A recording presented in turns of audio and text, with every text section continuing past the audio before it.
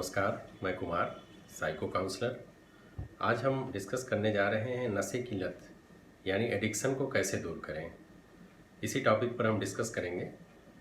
तो एडिक्शन छुड़ाने के लिए क्या किया जाए, क्योंकि आज नशे की लत से देश के युवा वर्ग बहुत ज़्यादा परेशान हैं और अब ये धीरे धीरे इसका असर बच्चों पर भी होने लगा है। चूँकि समाज पर इसका व्यापक असर है, इसलिए बच्चे भी अब इससे बचे नहीं हैं, यानी इससे अछूते नहीं हैं। लेकिन कोई भी पेरेंट्स या गार्जियन कभी भी नहीं चाहता है कि उसका बच्चा नशे की गिरफ्त में आए।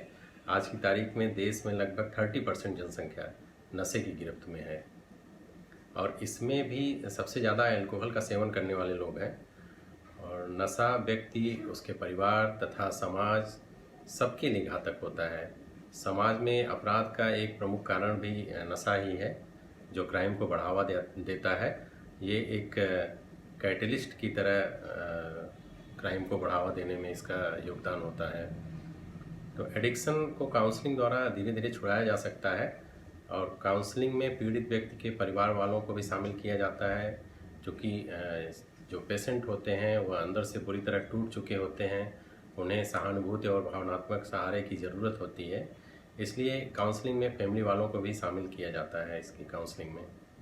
एडिक्शन छुड़ाने के लिए कुछ तरीके हैं जिसे हम डिस्कस करेंगे यहाँ पर। उसमें से एक पहला तरीका होता है कि रोको और टोको। ये रोको और टोको सिद्धांत जो है, ये घर का कोई बच्चा या युवा अगर नशा कर रहा है, नशे की शुरुआत कर रहा है, तो उसे डे वन से ही, या हमें जब भी पता चले as a guardian, as a parents, हमें जब भी पता चलता है या हमें डाउट होता है तो हमें उसे टोकना पड़ेगा। और अगर शुरुआती दौर में हमने उसे टोका, उसे रोका, तो वह अगली बार नशा लेने से पहले हेजिटेट होगा और यही जो है उसको नशे की गिरफ्त में आने से बचाएगा। तो हमें एक ये काउंसलिंग का तरीका है, इसमें गार्जियन को ही ये करना पड़ेगा और पेरेंट्स या गार्जियन इसमें अपने बच्चों को नशे की तरफ जाने से रोक सकते हैं। एडिक्शन को दूर करने का या उसे रोकने का एक और तरीका है जो आप घर में इसे अप्लाई कर सकते हैं। उसमें आपको करना ये है कि जो एडिक्शन के फर्स्ट स्टेज में यानी कि शुरुआती दौर में है, यह सिद्धांत उसके ऊपर अप्लाई होता है।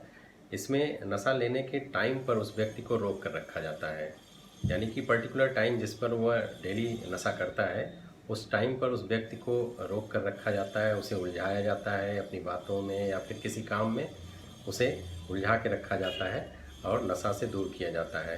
तो नशा छुड़ाने का यह तरीका भोजन और भूख के सिद्धांत पर काम करता है। अब भोजन और भूख का सिद्धांत यह है कि इसमें आपने भी महसूस किया होगा कि आप डेली जिस टाइम, पर्टिकुलर टाइम पर लंच करते हैं, उस टाइम पर अगर आपको खाना नहीं मिलता है तो ज़ोर की भूख महसूस होती है और इसे 30 to 45 मिनट अगर आपने कंट्रोल कर लिया उस भूख को, तो आप देखेंगे कि रात के डिनर तक आपको फिर भूख नहीं आएगी, यानी कि वो भूख मर जाती है और भूख रुक जाती है। तो यही है कंट्रोल करने का तरीका, भोजन और भूख का सिद्धांत है, जो कि नशा करने वालों पर भी अप्लाई होता है और यही सिद्धांत अप्लाई करना है आपको। एडिक्टेड पेशेंट जिस टाइम पर डेली नशा लेता है, आपको उस टाइम पर उसे रोकना है, उसे किसी काम में या फिर कहीं बातों में या फैमिली के बीच कहीं उसको रोक के रखना है। उसे रोकने से आप देखेंगे कि इस तरह वह धीरे धीरे एक हफ्ते बाद खुद ब खुद उसकी एडिक्शन का उसका जो उसकी तलब होती है वह समाप्त हो जाएगी और इसका रिजल्ट सरप्राइजिंग होगा आपके लिए। और धीरे धीरे वह व्यक्ति खुद ही वह अपनी विल पावर से खुद को कंट्रोल करने लगेगा।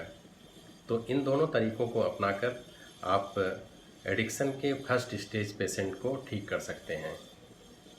अगर किसी इससे सेकंड स्टेज, थर्ड स्टेज पर कोई पेशेंट है, तो उसे आप किसी अच्छे काउंसलर से या फिर मनोचिकित्सक के पास ले जाकर परामर्श ले सकते हैं। कुछ केसेज ऐसे होते हैं, सीरियस केसेज, जिसमें मनोचिकित्सक की ज़रूरत होती है। साइकेट्रिस्ट उनको मेडिसिन्स देते हैं और वहाँ पर उसे ठीक किया जाता है। तो आज आपने देखा कि कैसे हम मिलजुल कर इस समाज को नशा मुक्त करने में अपना योगदान दे सकते हैं। किसी सवाल या परामर्श के लिए आप हमें कमेंट बॉक्स में लिख सकते हैं या हमारी ईमेल आईडी पर भी लिख सकते हैं। आज के लिए इतना ही। धन्यवाद। नमस्कार।